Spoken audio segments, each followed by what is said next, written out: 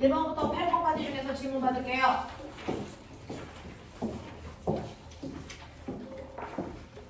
없어. 넘길게요. 9번부터 16번까지 중에 질문 받을게요. 11번이요. 11번이요. 자, 11번 문제는요. 앞에 있는 그래프 보고 하는 거죠. 앞에 있는 그래프는요. 그래서 8번 밑에 있는 그래프 보고 하시는 거고요. 2kg짜리 물체가 정지되어 있을 때 받은 충격량이 그래프 면적으로 나와 있는 거죠. 그래서 그 충격량은 여러분들 얼마냐면 40이라고 여러분들이 구했어요. 충격량이. 그러면 충격량이 40이라는 얘기는 운동량의 변화량이 40이라는 얘기입니다. 운동량의 변화량이 40이라는 얘기고, 운동량의 변화량은 나중 운동량에서 처음 운동량을 뺀 값이에요. 자, 이게 40이라는 얘기인데 11번 문제 보시면 상황을 바꿀게요. 질량이 5kg고 속력이 3으로 가고 있던 물체한테, 자, 그림과 같이 위에 있는 그래프하고 상관이 없는 거였나? 그림에 이 물체의 그림과 같은 힘이 8초 동안 작용했다라는 거죠. 자, 8초 후에 물체의 운동량의 크기는 얼마겠습니까? 라고 했습니다. 8초 후에 운동량이 얼마냐는 얘기는 나중 운동량이 얼마냐고 물어보는 거예요. 그렇죠? 그러면 나중 운동량은 보시는 것처럼 처음 운동량에다가 운동량의 변화량을 더하면 되겠지요. 이런 느낌. 자, 그랬을 때 이 물체는 처음에 5kg짜리가 3의 빠르기로 가고 있었으니까 운동량이 15였거든요. 자, 그랬을 때 여기에다가 다음과 같은 그래프에 있는 운동량의 변화량의 충격량을 준대요. 40. 그러면 얘는 나중 운동량이 얼마가 되겠습니까? 55가 되겠죠. 이 얘기한 거야. 알겠어? 그래서 나중 운동량은 처음 운동량에다 운동량의 변화량을 더하시면 돼요. 라는 얘기. 알겠어? 이렇게 해서 55라는 숫자가 나옵니다. 되겠습니까? 넘기죠. 자, 17번부터 20번까지 얘네들이 그대로 수능에 있었던 문제 갖다 붙여놓은 거예요. 자, 해봐. 질문. 17번. 이면 돼요. 10. 자, 17, 18 볼게요. 자, 17번 보시면 17번은요. 그림은 마찰이 없는 수평면 위에 정지해 있는 질량이 2kg인 자, 물체가 수평 방향으로 힘을 받아서 물체가 받은 이 힘을 시간에 따라 나타낸 것이고 10초일 때 물체의 속력을 구해라 라고 합니다. 똑같습니다. 10초일 때 그랬으니까 나중 운동량 구해라 이 얘기죠. 나중 운동량은 처음 운동량에다가 운동량의 변화량을 더하면 될 텐데 이 물체는 맨 처음에 정지 상태였어. 처음 운동량 자체가 없었어 이 얘기예요. 그죠? 처음 운동량 자체가 없었기 때문에 운동량의 변화량 그 자체가 나중 운동량이에요. 자, 그럼 운동량의 변화량 어디 있어요? 그 밑에 있는 그래프의 면적인 충격량이 운동량의 변화량입니다. 자, 그래서 얘는 20에다가 10을 더하면 되니까 30이겠죠? 그래서 얘는 운동량의 변화량이 30 나오거든요. 그러면 결국은 나중 운동량도 30이 돼야 되고요. 나중 운동량은 그 물체의 질량에다가 속도를 곱한 값이 되겠죠. 이 물체의 질량은 2kg이니까 속도는 당연히 15여야 곱한 값이 30이 되겠죠? 라는 얘기입니다. 이해되세요? 자, 그 다음에 18번 볼게요. 18번은 그림은 질량이 m인 공이 V의 속도로 벽에 수직으로 충돌한 후에 0.5V의 속도로 정반대로 튀어나옵니다. 이에 대한 설명으로 옳은 것을 모두 골라봐 라고 합니다. 자, 그러면 얘는요, 물체 보시면 공이요, 질량이 m인데 갈 때는 V의 속도로 갔으니까 처음에 가는 운동 방향을 플러스 방향으로 본다면 충돌하기 직전에 처음 운동량은 플러스 방향으로 mv만큼의 운동량 가지고 있어. 그리고 나서 충돌 후에 나중 운동량을 보면 얘는 이렇게 튀어나오니까 마이너스 방향 운동량 가지고 있겠죠. 얼마? 0.5V의 속도로 가는 거니까 얘는 마이너스 0.5 mv의 운동량을 가지고 있겠죠. 되겠습니까? 그래서 운동량은 벡터 값이니까 방향 정확하게 결정해야 되고 그렇다면 이때 이 아이의 운동량의 변화량은 나중 운동량에서 처음 운동량 빼는 거니까 마이너스 0.5 mv에서 플러스 mv를 빼래요. 그러니까 운동량의 변화량은 왼쪽 방향인 마이너스 방향으로 1.5 mv만큼 바뀌었어요. 이런 얘기 하는 거죠. 자, 그래서 여러분들이 가지고 있는 기억 보기 보시면요. 벽에 충돌한 후에 공의 운동량의 크기는 증가했습니까? 라고 하는데 벽의 운동량의 크기는 1이었다가 0.5로 감소했어요. 증가 안 했습니다. 그렇죠? 자, 그 다음에 여러분들이 보시는 니은 보기 보시면 벽과 충돌 전후 공의 운동량의 변화량의 크기는 0.5입니까? 라고 했는데 변화량의 크기는 1.5예요. 되겠어요? 0.5 아니라고요. 방향 계산 정확하게 하셔야 됩니다. 자, 그 다음에 충돌하는 과정에서 공이 벽으로부터 받은 충격량이라고 하는 운동량의 변화량 여기 있죠? 1.5예요. 알겠어? 이렇게 가셔야 된다. 방향 설정 제대로 안 하시면 마치 변화량이 0.5 같은 착각이 된다. 그래서 운동량은 벡터 값이기 때문에 방향 설정 정확하게 뚜렷하게 하셔야 된다. 라고 말씀드렸습니다. 자, 그래서 여기까지가 운동량, 충격량에 해당되는 내용. 됐습니까? 자, 오늘부터는 중학교 3학년 내신 대비 하죠. 자, 여러분들이 가지고 있는 두 번째 거 피시면 됩니다. 요번에 3단원 시험법이 들어가는 친구 있죠? 3단원 내용이 지금 하실 47페이지의 일과 에너지입니다. 그죠? 네, 이거 47페이지. 일과 에너지. 중학교 3학년 내용이잖아요. 그래서 실제로 물리 원투의 일과 에너지 나오는데 중학교 3학년 때 배웠던 내용에서요. 크게 확장된 내용은 없어요. 단지 계산이 조금 복잡해진 것 뿐이지 개념은 똑같다. 그래서 정확하게 개념 잡으시면 중학교 3학년 내신 때도 어렵지 않고요. 그리고 나서 심화 문제. 물리 문제는 각각의 경험이니까 이런 문제는 어떻게 푸는 게 맞아? 라고 하는 문제 분석력 보셔야죠. 그러려고 만난 거니까. 해보죠.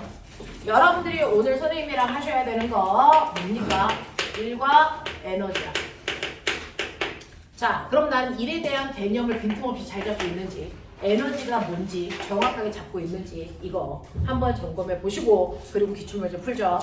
자, 첫 번째 여러분들이 알고 있는 것처럼 과학에서 인정하는 1이라는 건 반드시 어떤 대상인 물체가 있어야 되고요.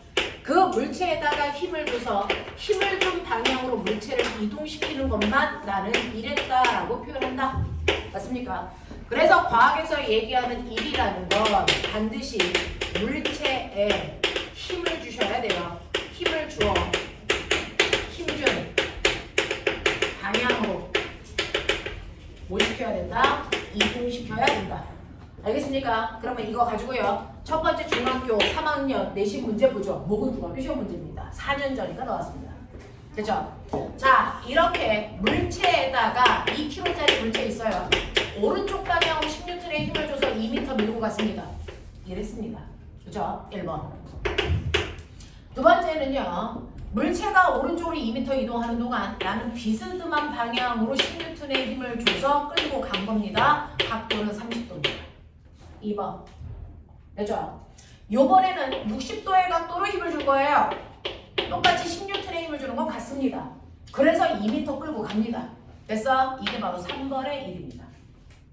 자, 4번. 이 물체는 수직 방향으로 힘을 줍니다. 16N의 힘을 줬습니다. 됐어? 그래서 들어 올렸습니다. 자, 그래서 이 물체를 어디로 움직였냐면 옆으로 끌고 갔습니다. 힘은 위로 주는데 물체가 옆으로 갔어요. 됐어? 자, 이때 한 일 4번. 됐습니까? 자, 그럼 보세요. 똑같이 16N의 힘을 줬습니다. 힘 준 방향만 1번 방향, 2번 방향, 3번 방향, 4번 방향. 힘 주고 힘 준 결과 물체는 똑같이 2m 가서 여기로 옵니다. 결과 똑같습니다. 자, 한일이에요. 1번, 2번, 3번, 4번. 한일이야. 누가 더 큽니까? 아니면 같습니까? 중3 내신 문제였고요. 이건 사실은 루트 문제입니다. 되겠어? 그러니까 물 원투 중학교 내용이 구분이 없다니까. 사실은 루트 내용이에요. 자, 빨리 대답. 한일이야.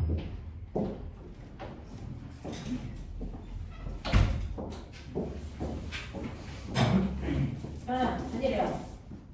누가 제일 커?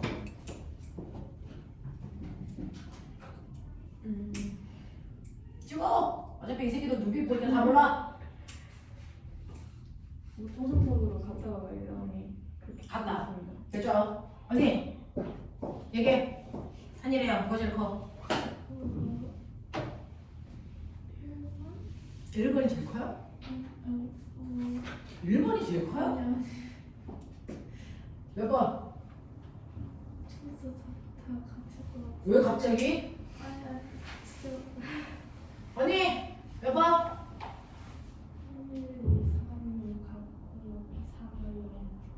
1, 2, 3은 갖고 4는 여기다. 언니는 1번이 제일 크다. 아마도요. 자, 진영아 얘기해. 1이 제일 클 것 같고. 그 다음 2, 3, 4, 4. 아, 2, 3, 4가 다 0이다. 우리 이러다 노벨상 타겠어요? 됐죠? 네, 노벨상 타겠어요. 자, 얘 한일이야. 이렇습니다. 이 새끼들은 눈만 크게 하면 답을 바꿔. 미쳤나봐. 내가 뭐라 그랬어? 자, 한일이야. 1번이 제일 큽니다. 2번입니다. 3번입니다. 4번은 한일이 0입니다. 그래서 제일 작습니다. 왜요? 라고 하면 여기 그대로 써있죠. 한일은요, 물체가 이동한 방향으로 준 힘을 이용해서 구해야 된다.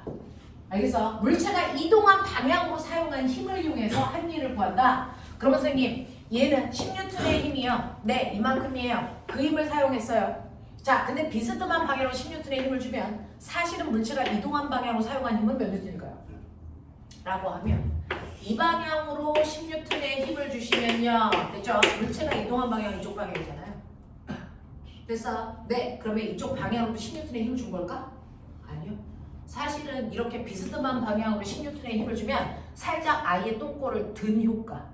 알겠어? 그래서 끌고 가잖아요. 그러니까 내가 준 힘 중에 일부는 물체를 드는 데 사용했고 일부는 물체를 끄는 데 썼어요.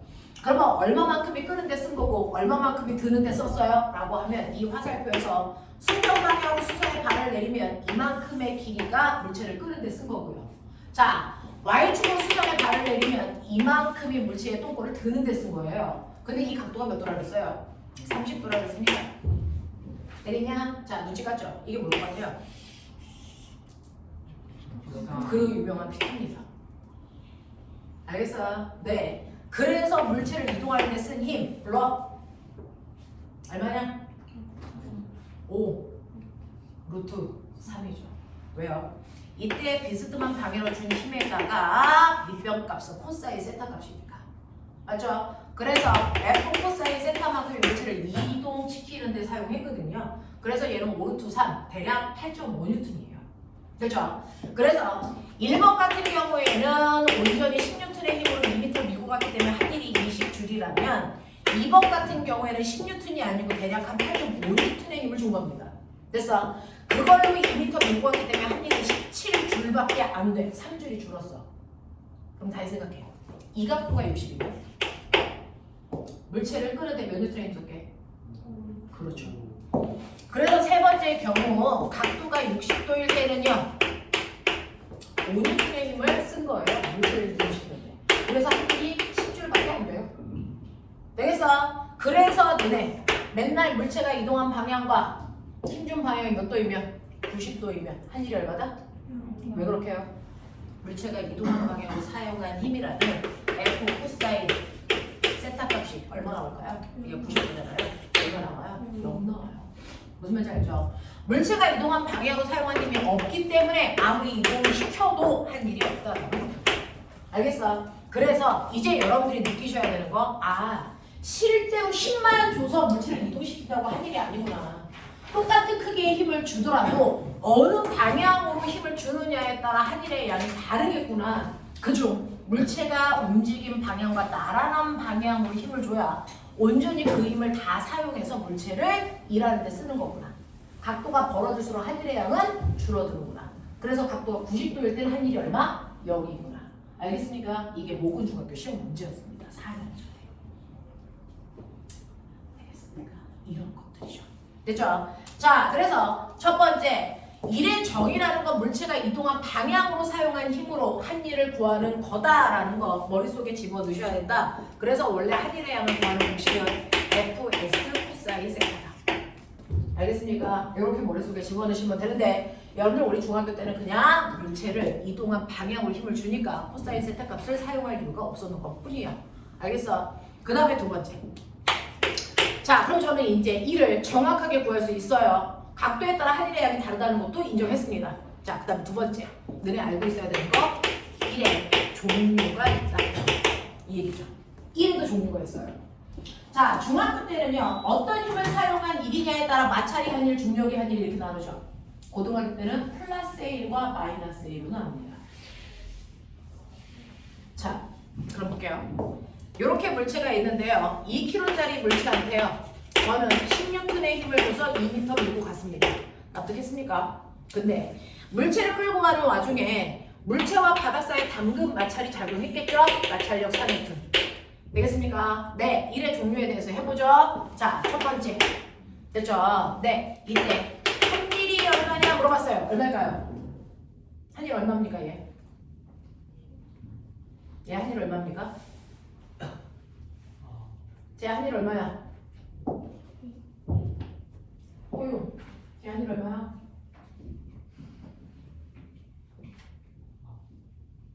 라고 얘기하면 답하시면 안 됩니다. 왜요? 한일은요. 어떤 힘을 이용해서 일을 했느냐에 따라 종류가 천차만별이고 크기도 다 달라요. 됐어? 그래서 첫 번째 힘이 한 일이 얼마냐? 두 번째 마찰이 한 일이 얼마냐? 세 번째 중력의 한 일이 얼마냐? 네 번째 알짜힘이 한 일은 얼마냐? 이렇게 앞에 정확하게 어떤 힘으로 일을 했느냐를 수식어를 달아줘야 한 일을 구할 수 있다. 납득합니까? 네, 책상줄 안 맞춰주니까 앞이 안 보이면 책상 들고 옆으로 가. 첫 번째, 힘의 한 일. 불러. 얼마 곱하기? 얼마 곱하기? 얼마? 16톤 곱하기 얼마? 2죠. 여기서 얘기하는 힘은 사람이 준 힘을 얘기해요. 됐어? 그러니 16톤 곱하기 2 해서 힘의 한 일은 얼마입니까? 20줄이죠? 자, 마찰이 한 일 불러. 네.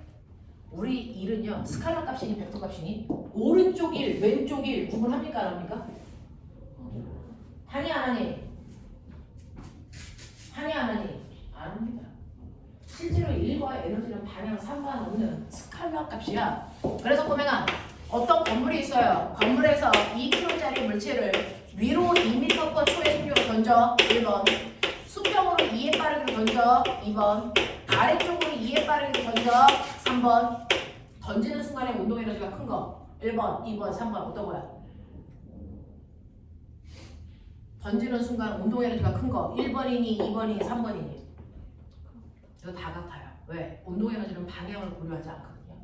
그래서 크기만 있는 스칼라 값이기 때문에 어느 방향으로 던지든 상관없어요. 알겠습니까? 자, 1과 에너지는 스칼라입니다. 방향이 없습니다. 방향이 없어요. 근데 우리 1에 플러스 방향과 마이너스 방향이 있습니다. 마찰이 한 일은요. 그래서 마이너스 4N의 힘으로 2m 밀고 갔기 때문에 이거 한 일은 얼마냐면 마이너스 8줄입니다. 라고 하는 원래는 방향이 없는 값에 뿔말을 넣는 이유는 어떤 의미를 포함합니다. 그렇죠? 뭘 포함할까? 라고 하는 플러스 A는 뭘까? 마이너스 A는 뭘까? 라고 합니다. 플러스 A는요, 물체가 움직임 방향으로 힘을 줬을 때 한 일을 플러스 A라고 해요. 그래서 물체가 움직임 방향으로 힘을 줘서 하는 일은 플러스 A입니다. 됐죠? 근데 물체가 운동하는 방향과 반대 방향으로 작용한 힘의 한 일은 마이너스 A라고 합니다.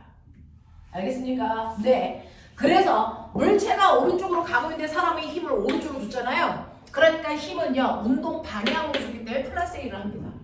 맞아. 근데 마찰은요, 물체가 움직이는 것과 무조건 반대 방향으로 작용하죠. 그래서 마찰은 무조건 운동 방향과 반대 방향으로 작용한 힘을 이용해서 한 일이기 때문에 마이너스 1입니다. 맞냐? 자, 중력이 아니라 얼마? 왜 빨리? 중력이 아니라 얼마? 0이죠. 왜? 물체가 운동한 방향과 힘준 방향이 몇 도이기 때문에? 90도이기 때문에. 아까 했습니다.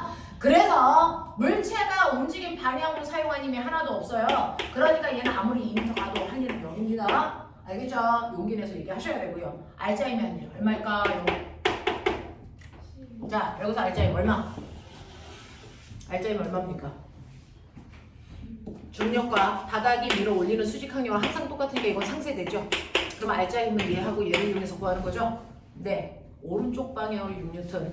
물체가 운동한 방향이니까 플러스 힘으로 2m 밀고 갔네요. 그러니까 이도 플러스 12J인데 굳이 이렇게 구하지 않고 한일의 양을 다 더하시면 알자 힘의 한일이 나옵니다.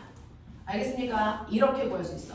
여기까지 놔둘 때? 하겠어? 오케이. 자, 그래서 이런 식으로 힘이 한일, 마찰이 한일, 중력이 한일, 알자힘이 한일. 근데 그 일에도 플러스의 1과 마이너스의 1이 있고 뿔마의 결정 됐어. 방법은 운동 방향과 힘의 방향이 같냐 반대냐 이겁니다. 맞죠? 네. 이렇게 된다. 그래서 이렇게 한일의 다양한 종류가 있다는 거 알아두셔야 되고요. 이러한 일을 하는 동안 내가 한일을 나타내는 이 그래프. 기억나냐? 자, 한일은요. 1 곱하기 거리로 해서 자, 이 그래프를 그린대요. 그래놓고 Y축은 내가 주니 X축은 그 힘으로 이동시킨 거리. 예를 들어서 얘 힘이 한일을 그래프로 그리면 10N이라는 힘을 계속 줘서 2m 밀고 갔어. 이런 얘기죠. 한일 얼마? 어딨어? 이런 얘기죠. 한일 어딨어요? 네. 힘은 세로에 있고요. 이동시킨 거리는 가로에 있으니까 가로와 세로로 곱한 면적의 의미가 바로 한일이다. 알겠습니까? 그래서 그래프의 모양이 어떻게 생겼든 상관없이 힘하고 거리 그래프에서의 면적은 항상 한일의 양을 얘기한다. 알겠냐? 기억하냐? 네, 이렇게 된다 라고 하는 그래프의 의미도 여러분들은 머릿속에 집어넣고 계시죠? 자, 그러면 여기까지가 1이야. 자, 근데 나 알고 있어? 선생님은 일을 얼마만큼 할 수 있어? 뭐 하는 대로 할 수 있니? 아니죠. 저는 일할 수 있는 능력에 한계가 있죠. 자, 모든 물체가 가지고 있는 일할 수 있는 능력, 그걸 뭐라 그럴까? 일할 수 있는 능력, 그걸 뭐라 했어요? 에너지요. 됐죠? 그래서 일에 대해서 정리가 되고 나면 여러분들이 두 번째 에너지에 대해서 정리가 돼야 된다. 기억납니까? 에너지가 뭡니까? 라고 하면 에너지는 일할 수 있는 뭘 얘기한다? 능력을 얘기한다. 일할 수 있는 능력을 에너지라고 하는 거야. 라고 하는 겁니다. 됐죠? 일할 수 있는 능력을 우리는 에너지라고 할래. 그러면 어떤 물체가 처음에 일하기 전에 가지고 있었던 에너지가 얼마냐면 100이야. 근데 내가 이 물체한테 중간에 일을 했어. 이 물체가 일을 했어. 얼마? 40만큼 일했대. 그러면 이 물체의 나중에 에너지 얼마 되게? 얼마? 물체가요 100의 에너지가 있었는데요 그 중에서 40만큼을 일하는 데 썼대요. 나중 에너지 얼마 됐어요? 60 되죠. 됐습니까? 나중 에너지는 60 됩니다. 그렇다면 산술적으로 계산하면 아하 100이라는 에너지 중에 일부가 일로 뭐 됐구나 전환됐구나. 그러니까 100이라는 에너지 중에서 일로 전환된 40을 빼면 나머지 에너지가 60이네 라고 하는 겁니다. 이래요. 자, 그 다음에 두 번째요. 요번에는 처음 에너지가 얼마냐면 그래서 60입니다. 근데 요번에는 얘가 일을 한 게 아니고 중간에 일을 받았습니다. 얼마? 20만큼 받았다고 치자. 얘 나중 에너지 얼마일까요? 얼마일까요? 빨리 생각해. 처음 에너지가 60이었어. 근데 아이가 일을 20만큼 받았대. 나중 에너지 얼마일까? 얼마? 나중에 에너지 얼마 될까요? 80. 알겠어. 근데 나중에 에너지 80 됩니다. 왜요? 받은 일이 다시 에너지로 못 되기 때문에 전환이 되기 때문입니다. 일과 에너지는 서로 바뀔 수 있는 관계야. 알겠어? 그걸 멋진 말로 전환된다 그래. 이걸 산수적으로 표현하면 처음에 에너지가 60이었는데요. 그래서 누군가로부터 받은 일이 에너지로 바뀐다 그랬죠? 1, 20 받아서 나중 에너지 80 됐어요. 맞습니까? 이렇게 하는 겁니다. 됐죠? 그렇다면 일을 받으면 받은 만큼 에너지가 증가하는 거네? 라고 하는 겁니다. 무슨 말인지 알겠죠? 그래서 실제로 에너지는요 처음에 100이었는데 60으로 줄었어? 그럼 반드시 일을 40만큼 했다는 얘기입니다. 일을 하지 않고 에너지를 줄 수 없습니다. 또 맨 처음에 에너지가 60이었는데 나중에 에너지가 80이 됐대. 에너지 늘었네? 그럼 무조건 20만큼의 일을 받았다는 뜻입니다. 알겠어요? 세 번째요. 그러면 처음에 에너지가 80이었어. 근데 100년이 지나든 1000년이 지나든 한 일의 양이 없대. 그럼 얘는 100년 지났어. 한 일 에너지 얼마일까? 그대로 80입니다. 에너지는요, 일을 하지 않는 한 에너지는 절대로 감소할 수 없어요. 증가할 수도 없습니다. 됐어? 에너지는 일을 한 만큼만 줄고 일을 받은 만큼만 늘어납니다. 시간이 지난다고 해서 에너지가 늘지도 감소하지도 않습니다. 알겠어? 네, 이렇게 된다. 자, 그래서 여러분이 보시면 처음과 나중에 에너지의 차이를 보면 얘가 일을 했는지 받았는지 그 양이 얼마인지 계산할 수 있어야 된다. 알겠어? 근데 자기야 봐봐. 그러면 일 중에서요 에너지를 감소시키는 일이 있다는 얘기네요. 에너지를 증가시키는 일이 있다는 얘기네요. 그걸 선생님은 일을 감소시키는 에너지를 감소시키는 일을 했다라고 표현했지만 물리 문제 아무리 읽어봐도 일을 했다라는 표현은 없습니다. 그냥 저는 설명하기 위해서 저 표현을 쓴 것뿐이죠. 자, 에너지를 증가시키는 일도 있네요. 그걸 선생님은 받았다라고 표현했네요. 하지만 물리 문제 아무리 읽어보셔도 일 받았다라는 표현은 없습니다. 여러분들 이해하기 편하라고 제가 그냥 표현해드린 것뿐입니다. 알겠어? 자, 그러면 이렇게요. 에너지를 변화시키는 일 중에서 에너지를 증가시키는 일을 좀 들으면 어떤 일을 받을 때 에너지가 증가해요? 어떤 일이 에너지를 감소시켜?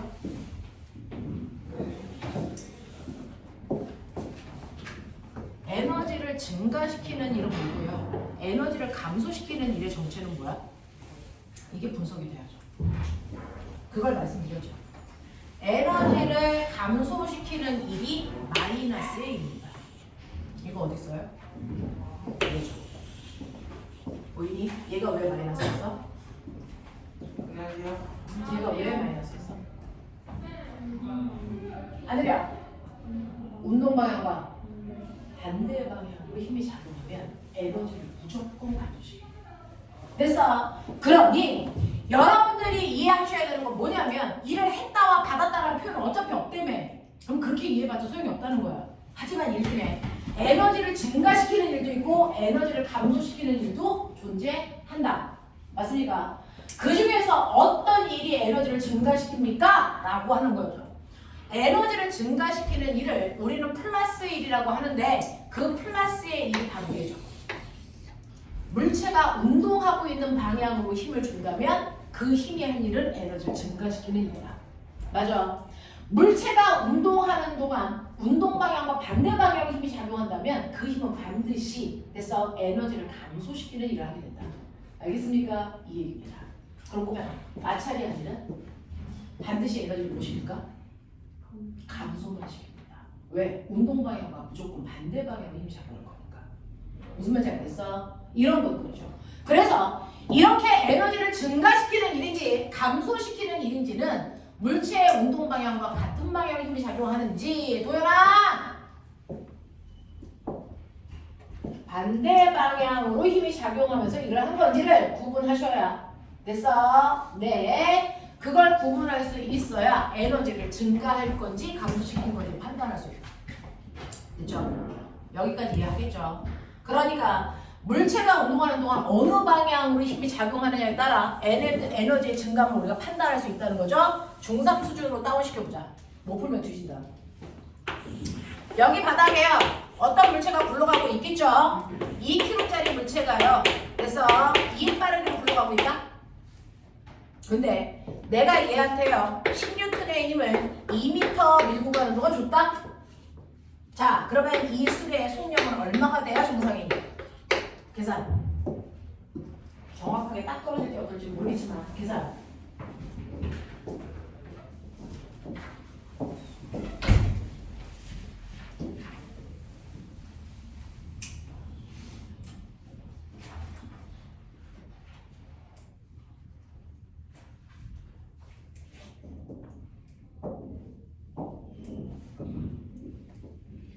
궁금한 게 있는데 왜 이쪽 줄에 다 앉아서 고개 운동을 하고 있냐는 데는? 저 가운데 앉아서 되고 그런데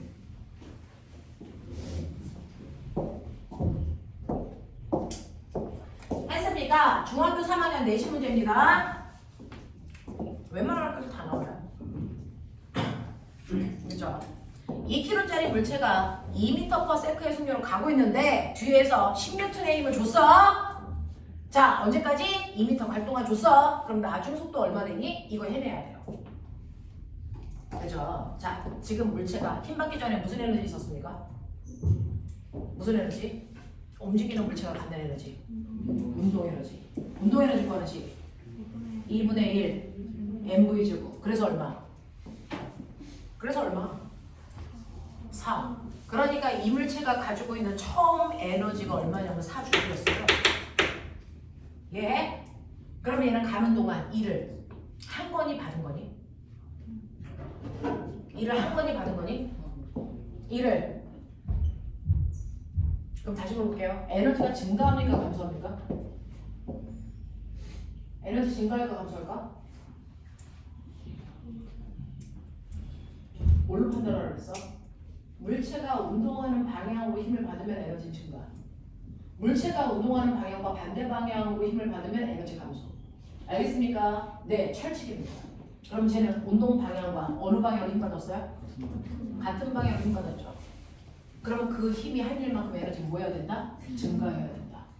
알겠냐? 정확하게 따져라. 그러면 이 힘이 한 일은 얼마입니까? 저 힘의 한 일. 한 일은 무조건 힘에다가 미국광고를 곱하는 거죠. 그러니까 힘이 얼마입니까? 16N의 힘으로 몇 미터 밀고 가는데 썼어? 2m 밀고 갔죠. 그러면 이 힘이 한 일은 얼마입니까? 26m. 무슨 말인지 알아? 그러니 이 물체는요, 저 힘을 받아서 에너지가 20만큼 뭐 했다? 증가하게 됐다. 이 얘기죠. 그럼 나중에 에너지 얼마 됩니까? 24죠. 아시겠습니까? 근데 그 나중에 에너지가 다 온전히 무슨 에너지가 될 거야? 운동 에너지. 알겠니? 자, 운동 에너지 구하는식 2분의 1 곱하기 m v 제곱 이게 24. 알겠습니까? 그래서 속력은 얼마입니까? 루트 24. 알겠어? 이렇게 구하는 거야. 납득하겠지? 납득하겠지? 졸지만. 자, 그래서 이렇게 물체가 움직이고 있는 에너지를 가지고 있을 때요, 힘을 받으면 에너지가 힘이 한 일만큼 늘 수도 있고 줄 수도 있고요. 느는지 줄는지는 방향으로 판단합니다. 알겠지? 이렇게 됩니다. 자, 이런 식으로 여러분들이 알고 있는 것처럼 일은 에너지를 증가시키려는 일도 있고 에너지를 감소시키려는 일도 있다. 근데 그게 동시에 작용하면 결국은 에너지가 증가했다는 거야? 감소했다는 거야? 보이세요? 얘는요. 사람은 오른쪽으로 10N의 힘을 줘서 물체가 오른쪽으로 갑니다. 근데 그 와중에 왼쪽으로 마찰력도 작용합니다. 그래서 힘은 물체의 에너지를 증가시키는 방향으로 작용했고요. 마찰은 물체의 에너지를 감소시키는 방향으로 일을 해주면서 끌려갑니다. 결과적으로 이 물체는 기억의 위치에서 니은의 위치로 가는 동안 에너지가 증가했을까요? 감소했을까요? 어떻게 알아? 아이! 에너지가 증가했을까? 감소했을까? 이 멍청한 새끼들이 참 졸고 지랄네. 자, 에너지 증가했을까? 감소했을까? 결과적으로 에너지 증가했을까? 감소했을까? 너네 나한테 맨날 물어보잖아. 아, 선생님 설명하지 말고 답만 불러주세요. 답만 말해봐. 제 가는 동안 에너지 증가야? 감소야? 그거 뭐 보고 알아? 뭡니까? 바로 이 입자예요. 됐어. 사람은요, 이 물체가 기억에서 니은으로 가는 동안 에너지를 20만큼 증가시키려고 했어. 근데 그 와중에 마찰이 에너지를 8만큼 줄이려고 해. 그 일이 동시에 작용했어. 그래서 결론, 기억에서 니은으로 가는 동안 물체는 결과적으로 어떻게 됐냐고요? 에너지가 증가했다고요. 얼마만큼? 12만큼입니다. 그래서 결과적으로 변한 에너지의 양은 알짜임이 한 일만큼이 형성된다. 알겠습니까? 이런 얘기야. 그래서 물체가 처음보다 기억에 있을 때보다 니은으로 왔을 때 무조건 처음보다 에너지는 증가합니다. 얼마만큼? 12만큼. 알겠어? 이게 바로 알짜임이 한 일이 가르쳐주는 정보야. 알겠냐? 알겠냐? 이렇게 되는 거죠. 그래서 알짜임이 한 일은 에너지의 변화량을 얘기한다 라고 하는 거죠. 자, 그러면 이렇게 일을 할 수 있는 능력인 에너지에도 종류 있었죠. 물론 물리에서 배워야 되는 에너지의 종류 뭐 있냐? 여러분들이 역학에서 기억해야 되는 우리가 일할 수 있는 능력인 에너지 궤도 종류가 있죠. 두 가지. 뭐 있어요? 운동이에요. 움직이는 물체가 받는 에너지, 운동 에너지 구하는 식 2분의 1 mv 제곱. 되겠습니까? 자, 저 물어보죠. 이 부위의 정체, 속. 저 부위는 속. 속은 뭐야? 속력이야, 속도야? 속. 여기죠. 아까 말씀드렸죠. 방향상단. 알겠습니까? 운동의 에너지도 스칼라 값이기 때문에 부인 값을 방향상단 없는 속력 값으로 넣으시면 돼요. 속도를 안 넣어요. 알겠죠? 자, 그 다음에 무슨 에너지 있어요? 위치 에너지. 위치 에너지를 먼저 말로 뭐라 하냐? 포텐셜 에너지.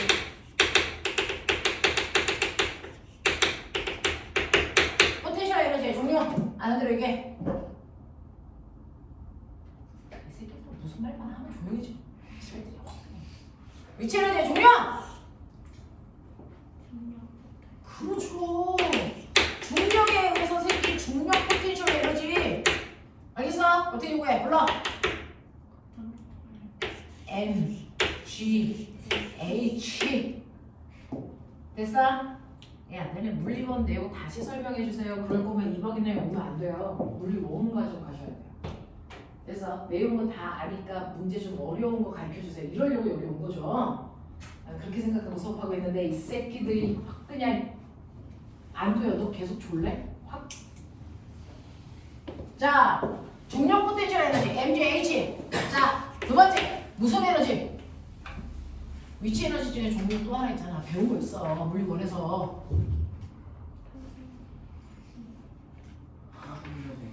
그렇지. 탄성 포텐셜 에너지. 왜 아는데 얘기 안 해?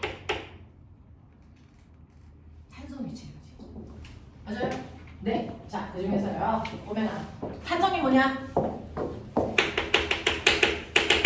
탄성이 뭡니까? 너네 어차피 3학년 때 면접도 볼 사람들이니까 물어볼게요. 탄성이 뭐니? 개새끼들 확 다 뒤질릴 듯? 탄성이 뭡니까? 라고 하면 탄성은 제자리로. 그 다음 얘기해봐. 그렇지. 되돌아 가려는 올리비아니 성질.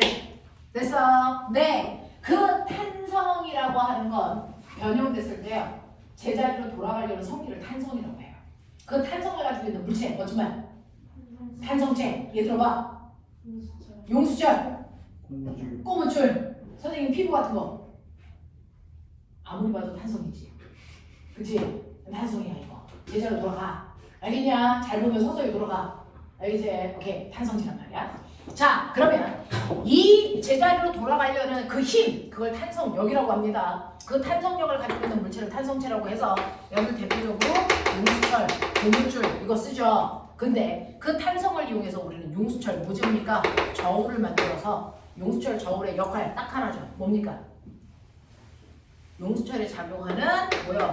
힘의 크기를 뭐하겠어요? 측정할 때 쓸 수 있는 도구로 만든 거예요. 용수철 저울은 힘의 크기를 측정합니다. 자, 그러면 용수철은 탄성이 있어서 힘의 크기를 측정한다? 그럼 고무줄은 탄성이 있게 없게? 있죠. 그럼 고무줄 저울 만들어도 되죠? 용준, 그 각도까지 내려갔다. 자, 고무줄 저울 만들 수 있니 없니? 자, 우리가 이게 깊게 생각해 보도록 하자. 용수철 저울은 된대, 오빠. 고무줄 저울 어떻게 생각해? 될까 안 될까? 될까 안 될까? 소영아, 주관적으로 딱 생각해. 주체적으로 생각해. 될까 안 될까? 안 돼요? 고무줄 저울이 안 돼요? 나한테 질문합니까? 대답을 하십시오. 고무줄 저울 돼야 돼. 안 돼요? 왜요?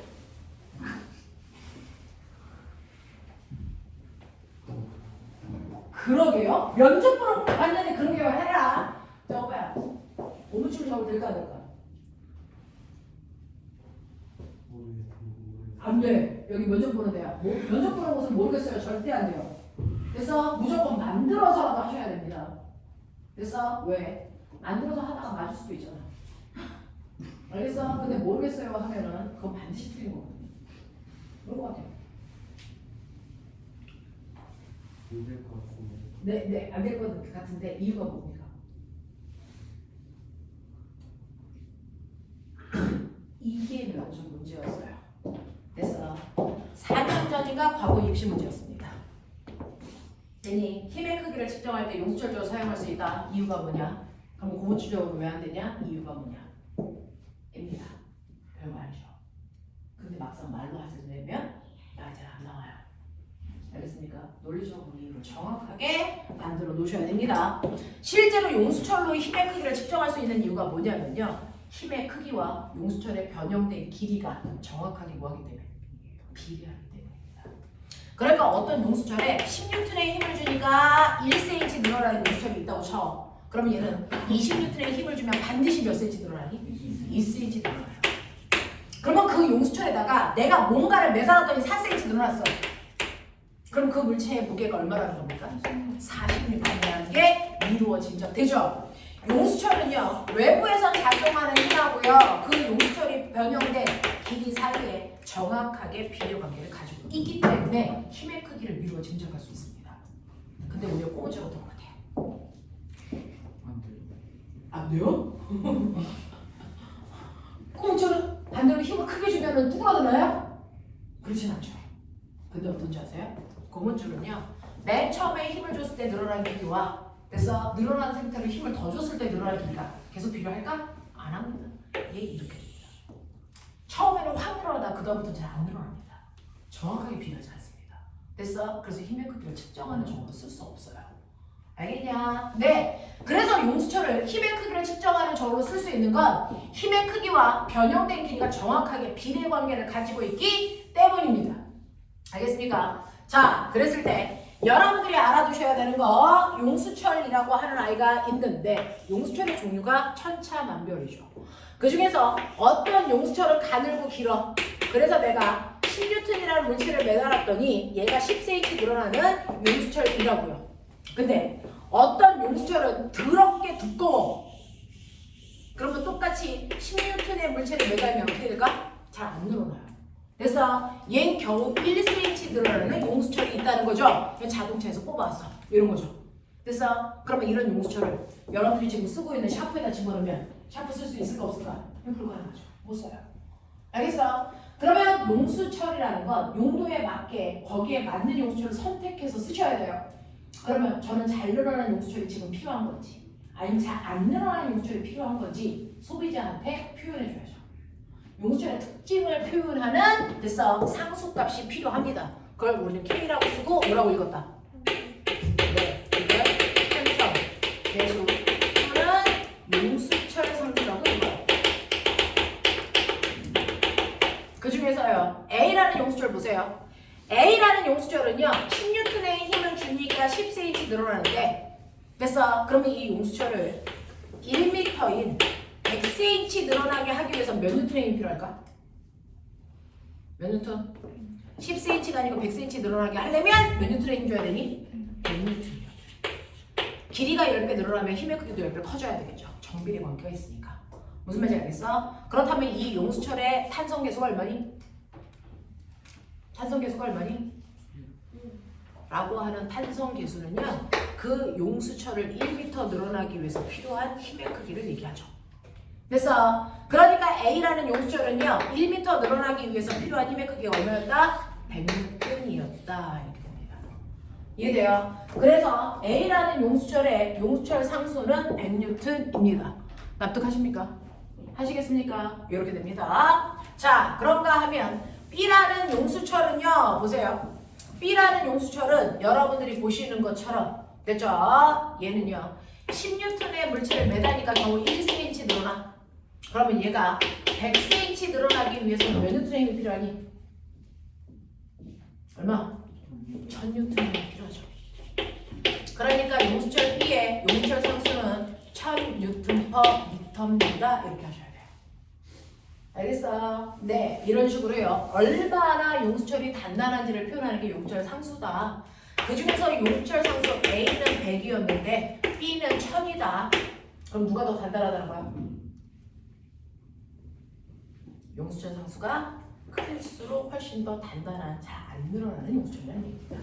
알겠어? 뭔가를 배우면 정말 몸에 됐어? 습득되게 이해하시는 용어로 집어넣으셔야 됩니다.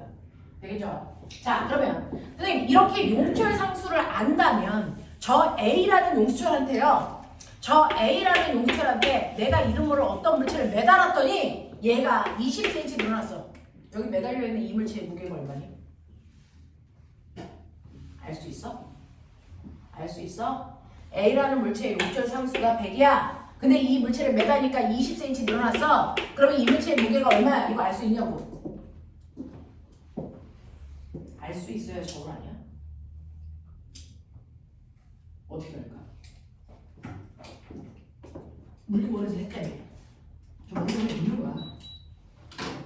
어떻게 알아요? 라고 하면 용수철은요, 어떤 물체를 매달면요 어느 정도 늘어나다 멈추죠. 됐어? 주옥 같은 거 하나 나왔다. 멈췄고요. 무슨 뜻이야? 합력 0. 알겠어? 그럼 얘한테 작용하는 힘 몇 개? 2개. 뭐? 중력하고요. 탄성력. 2개의 크기가 어때요? 같죠. 그러니까 무게 물어보면 용수철에 작용한 탄성력 구하면 되겠죠? 그럼 탄성력을 어떻게 계산할까요? 용수철에 지금 작용하고 있는 탄성력의 크기는 KX로 계산해라. 배운 적 있죠? 자, 용수철 상수에다가 변형된 길이를 곱하면 정확하게 탄성력이 나옵니다. 정말이요? 자, 용수철 A의 탄성 계수가 100N/m인데 어떤 물체를 매다니까 겨우 20cm 늘어났어? 자, 그럼 여기다 얼마 집어넣을래? 변형된 길이 20cm 늘어났어? 얼마로 집어넣어? 0.2m로 집어넣어야 단위 계산이 되겠죠. 같은 단위로 보셔야 됩니다. 알겠어? 그러면 숫자를 숫자끼리 계산, 단위는 단위끼리 계산하니까 뭐 나옵니까? 숫자는 20, 단위는 뭐 나와요? 뉴턴 나와요. 알겠습니까? 이렇게 유추하셔야 돼요. 그게 물리하는 사람들의 힘입니다. 단위 가지고 놀 수 있으면 돼요.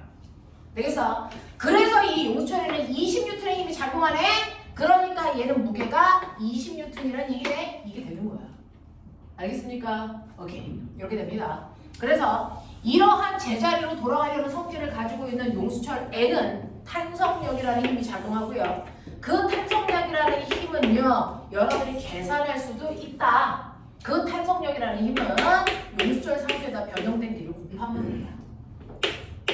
됐죠? 그래서 탄성력과 변형된 길이 사이에는 정확하게 비례관계가 있습니다. 자, 그럼 이제 다 물어보죠. 2과 상위권. 저 그래프의 기울기가 뭐니?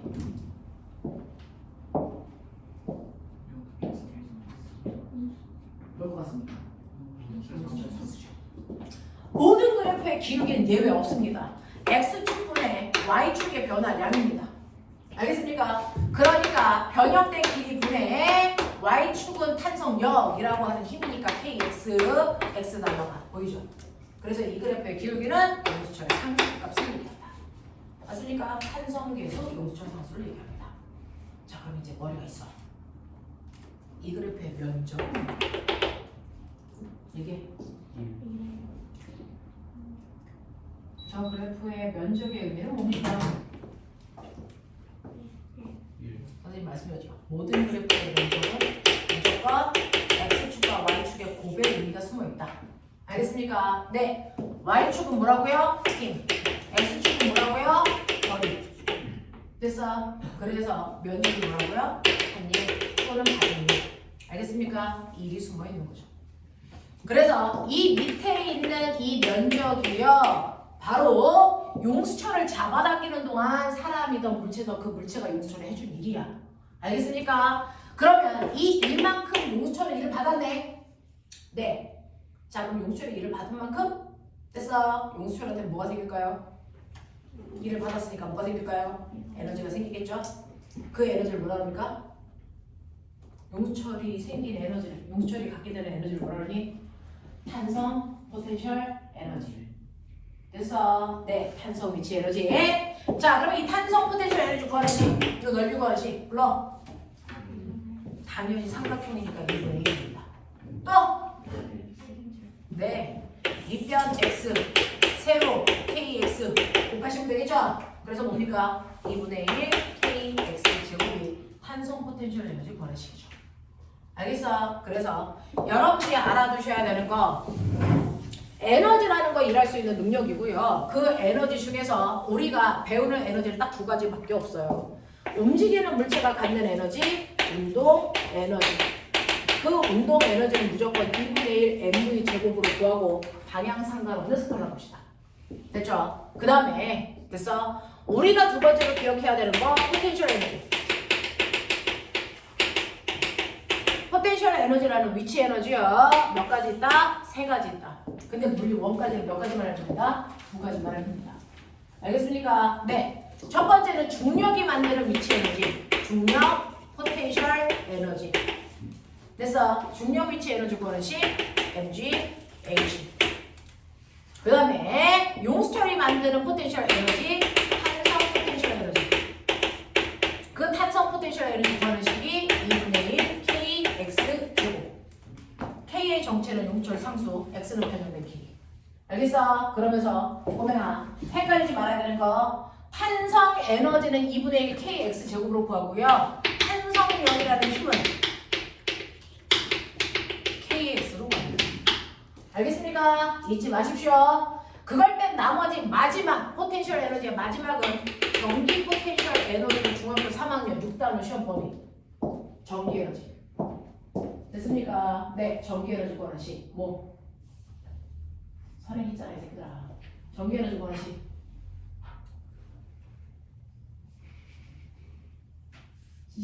썩을놈의 새끼들! 전기 에너지 구하는 식!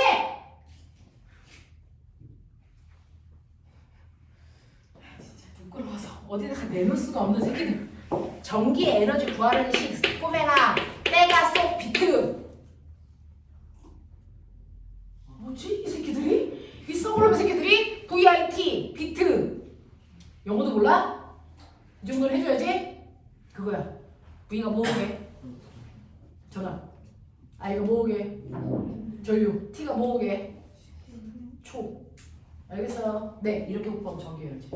알겠습니까? 네, 이런 식으로요. 자, 이렇게 세 가지의 위치 에너지가 있지만 얘는 물투 내용이니까 우리 상관없어.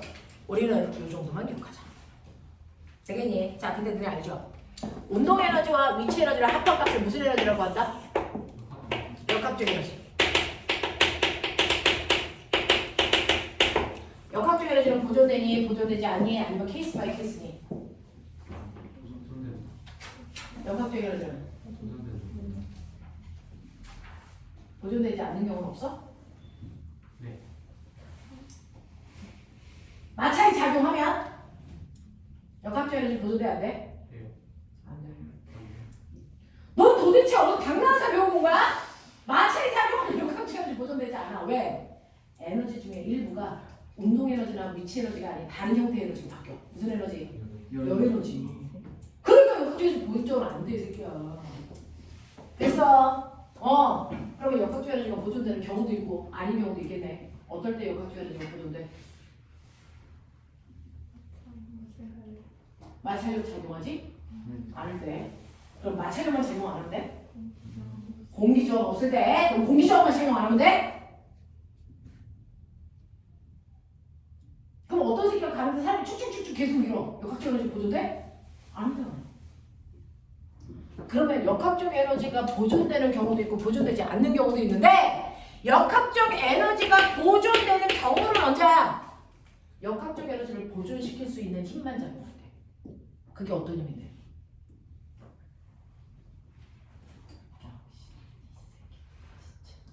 자, 역학적 에너지가 보존되는 경우는 역학적 에너지를 보존시키는 힘만 작용할 때야. 역학적 에너지를 보존시키는 힘. 멋진 말. 그래, 안 물어볼게. 보존력. 역학적 에너지를 보존시키지 않는 힘이 작용하면 역학적 에너지를 보존 안 돼. 그럼 역학적 에너지를 보존시키지 않는 힘은 보존력이 아닌 나머지. 맞지 말? 비보존력. 보존력. 처음 들어보는 거야?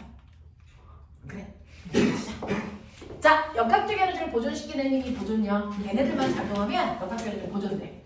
됐죠? 네. 너네 공기저항 없어. 얘 노니까 떨어져. 됐어? 자, 떨어졌다가 됐죠? 네. 공기저항도 마찰도 무시하면 팽팽 물이 어떻게 되니? 바닥에 닿았다가 다시 팅 하고 튕겨 올라오지. 어디까지? 원래 90도까지 튕겨 올라오지. 왜? 역학적 에너지가 보존되니까. 무슨 말인지 알겠어? 자, 그럼 얘가 떨어질 때 무슨 힘 받아? 할게. 중력. 중력은 역학적 에너지를 변화시키니 보존시키니? 보존시킵니다. 중력은 보존력입니다. 그럼 중력 말고 보존력 뭐 있어요? 얘네가 바로 보존력의 정체입니다. 아이! 얘네가 보존력의 정체인데 너네 적응 안 해? 이놈의 새끼들이 할 때마다 누르고 지랄들이 적응 좀 해! 수업 시간에 멍하고 있으니까 언제 선생님이 뛸지도 모르지. 집중해봐. 이때쯤 뛸 것 같아. 이거 나 이제 느낌이 와. 자, 어떤 애들이 집에서 영상을 듣는데 영상 듣다 깜짝 놀랐다고. 저기 엄마가 놀랐어요. 자, 보존력이요. 자, 역학적 에너지를 보존시키는 힘만 작용하면 역학적 에너지는 늘 보존하는데요. 그 힘의 정체가 바로 얘네들입니다. 포텐셜 에너지의 정체. 얘네들이요. 그래서 중력만 작용하거나 탄성력만 작용하거나 전기력만 작용하거나 됐어? 이럴 땐 역학적 에너지가 무조건 보존됩니다. 이 세 개의 힘을 뺀 나머지 힘이 작용할 때 역학적 에너지가 보존되지 않습니다. 알겠어? 네. 그러니까 마찰력, 사람이 준 힘 이런 것들 작용하면 역학적 에너지는 보존되지 않습니다. 알겠어? 네. 그래서 역학적 에너지를 보존시키는 힘은 이거 세 개밖에 없다. 이 세 개의 힘이 작용하면 역학적 에너지는 변하지 않는다. 왜요? 저 세 개의 힘은요, 위치 에너지를 감소시킨 만큼 그대로 뭘 만들어내? 운동 에너지를 만들어내요. 그래서 네. 자, 운동 에너지가 감소하는 만큼 그대로 위치 에너지를 만들어내요. 알겠어? 그래서 역학적 에너지가 변하지 않습니다. 근데 그걸 뺀 나머지 힘들은요, 위치 에너지가 감소한 것 중에 일부는 운동 에너지, 일부는 열 에너지, 일부는 비대 에너지 이렇게 변화시켜요. 그래서 역학적 에너지가 보존되지 않습니다. 알겠어? 이렇게 된다라고 하는 걸 기억해 두세요. 자, 그러면 포텐셜 에너지에 이런 애들이 있고 이렇게 계산할 수 있구나. 여기까지 됐어. 자, 그러면 기본은 똑같죠. 그러면 위치 에너지, 운동 에너지 구하는 방법 알았고요. 자, 기준면 여기 이걸 기준으로 마찰이 없는 롤러코스터. 알죠? 됐죠? 여기에 2kg짜리 물체가 있다. 졸려면 살짝 일어서 20m 높이에 L이라는 물체가 있습니다. 자, 물체와 바닥 사이에 마찰이 없는데 톡 쳤어. 그랬더니 S가 불러 내려와. 바닥으로부터 10m 높이 바닥으로부터 16m 높이 바닥으로부터 4m 높이 되겠죠? 되겠어? 자, 이때 마찰이 없기 때문에 공기저항도 없어요. 역학적 에너지 보존되죠? 자, 위치 에너지와 운동 에너지를 합합값이 역학적 에너지라 그랬다. 자, A 불러. 위치 에너지 얼마? 20. 라고 하면요. 위치 에너지 20? 저 새끼 당나라야? 뭐지 저거? 야, 요즘 북한 애들도 20이라고는 안 할 것 같은데? 위치 에너지 얼마? mg 20. 그래서 무게는 곱하기 귀찮아서 저 오빠가 저렇게 얘기하는 거야. mg 20. 자, 운동 에너지 얼마? A에 가만히 있었으니까 0. 그러면 이 순간 역학적 에너지 얼마? mg 20. 근데 얘가 B, C, D를 지나는 동안 마찰이 없기 때문에 역학적 에너지는 언제나 mg 20의 크기를 가지고 있어야지. 됐어? 자, 그럼 꼬명아 빨리 생각해. B에서의 위치 에너지 얼마? B에서의 위치 에너지? 그렇죠. mg10. 그럼 B에서의 운동 에너지는? 구할 수 없어요. 속도 안 줬잖아요. 구할 수 있어 없어? 있어요. 얼마입니까? mg. 역학적 에너지에서 위치 에너지 빼면 운동 에너지 나오잖아요. 굳이 속력 없어도 구할 수 있습니다. 알겠어? 너네 자꾸 섹시한 눈으로 나 쳐다볼래? 뒤진다. 아주 야해서 죽겠어. 하도 섹시하게 쳐다봐서 저 썩으려는 새끼가 자, 엄마한테 전화한다. 자꾸 야한 눈빛으로 쳐다본다고? 자, C 불러. 위치 에너지. mg 16 운동 에너지. mg 4. 이제 보이죠? 이렇게 푸는 거야. 됐어? 네. 자, D. mg 4죠? 그럼 이게 얼마? mg 16. 이렇게 나와. 자, 그랬을 때 중학교에서는요, 이 값을 계산해봐. 그러면 보면 여기다가 질량 2kg, 중력과 속도, 중학교 3학년 때 9.8, 고등학교 때 10 집어서 계산하시면 돼요. 알겠죠? 근데 고등학교 때는 실제 값을 묻지는 않습니다. 비를 묻죠. 자, 그럼 이제 한다. 자, A 대 P의 위치 에너지의 비가 얼마니?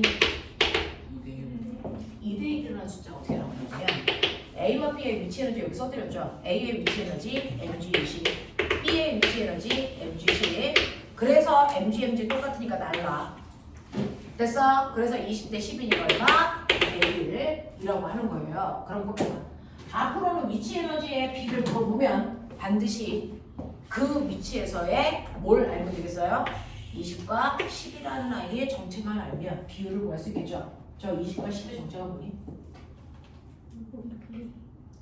자, 기준면으로부터 떠있는 뭐요? 높이가 바로 그 위치에서의 뭘 나타낸다? 위치 에너지의 크기가 된다. 그래서 그러니까 위치 에너지가 가장 큰 거 찾아. 못 찾으면 돼? 제일 높은 거 찾으면 되겠지. 위치 에너지가 제일 작은 거 찾아. 제일 아래 내려온 거 찾으면 되겠지. 예외라는 거 없어. 알겠어? 물체가 떠있는 높이가 곧 그 물체의 위치 에너지 비율을 얘기한다. 알겠습니까? 이게 바로 위치 에너지야. 어차피 시험 볼 때요. 이 그림은 그려주지만 얘는 안 줍니다. 그러니까 이거 보고 대답하시면 안 돼요. 알겠어? 알겠어? 네. 이 섹시한 연놈의 새끼들 그거 확 그냥. 자, 그래서 A, B의 위치 에너지의 비율 2대 1. 됐죠? B, C의 위치 에너지 B. 빨리 얘기해. B, C 위치 에너지 B. 얼마? 5대 8. C, D의 위치 에너지 B. 4대 1. 납득되냐? 납득되냐? 오케이. 자, 그러면 이제 두 번째. 운동 에너지의 비율을 가자. B 대 C의 운동 에너지 비율 얼마입니까? A는 속도가 0이라서 운동 에너지가 없어서 BC로 갑니다. BC의 운동 에너지의 비율 몇 대면? 5대 2라고 하는 요거 그대로 가져온 거죠. 그래서 얘는 운동 에너지가 mg10, 얘는 운동 에너지가 mg4야. 그래서 5대 2야. 그럼 빨리 캐치하세요. 이 숫자 어디서 봤어요? 얘 의미가 뭡니까? 어? 높이 새끼야? 이 높이 10이고 이 높이가 16인데 어디가 4야 인마?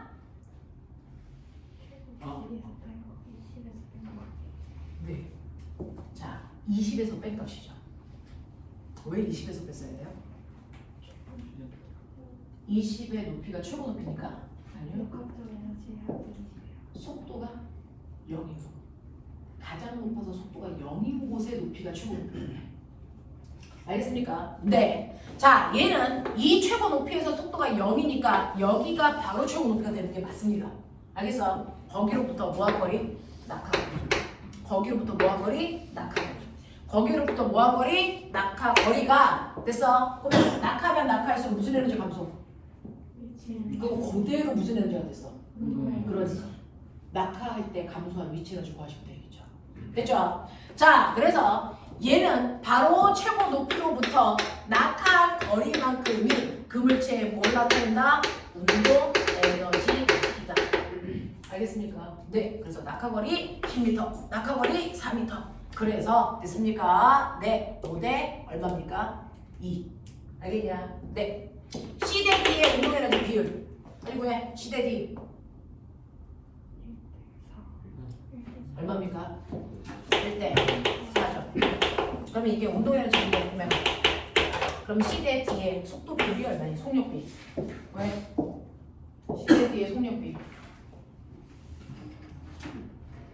저거 쓰는 거죠. C 대 D의 운동 에너지의 비율이라는 건 뭐냐면 C에 온 순간에 1대 1 MVC의 제곱. C점에서의 속력 제곱. 그치? 자, D의 운동 에너지는 2분의 1 mvd의 제곱. 이거의 비율이 1대4라는 얘기죠. 잘 보시면요. 얘 날라갑니다. 그래서 사실은 운동에너지의 비율은 C점에서의 속력의 제곱대 D점에서의 속력의 제곱 비율이 1대4라는 얘기야. 이해돼?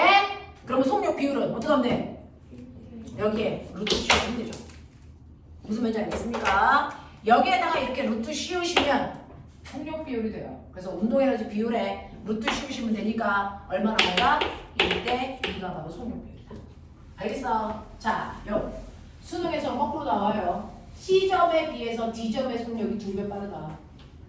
됐어? 아, 속력이 2배 빠르네? 운동에너지 4배 크네. 알겠습니까? 이렇게 봐줘야 풀립니다. 문제. 알겠어? 납득하겠습니까? 이렇게 됩니다. 자, 그래서 이런 식으로 여러분들이 보시면 에너지의 변화를 가지고 비율로 문제 풀어나갈 수 있는 능력도 갖추셔야 된다. 이해돼? 여기까지 하겠어? 오케이. 자, 잠깐만 끊어드릴 테니까 눈에 피 좀 닦고요. 됐죠? 근데 그런 거 시작하도록 하죠. 10분만 쉬었다가 하죠. 자, 이제 내용은 다 했습니다. 선생님하고 문제 셜라는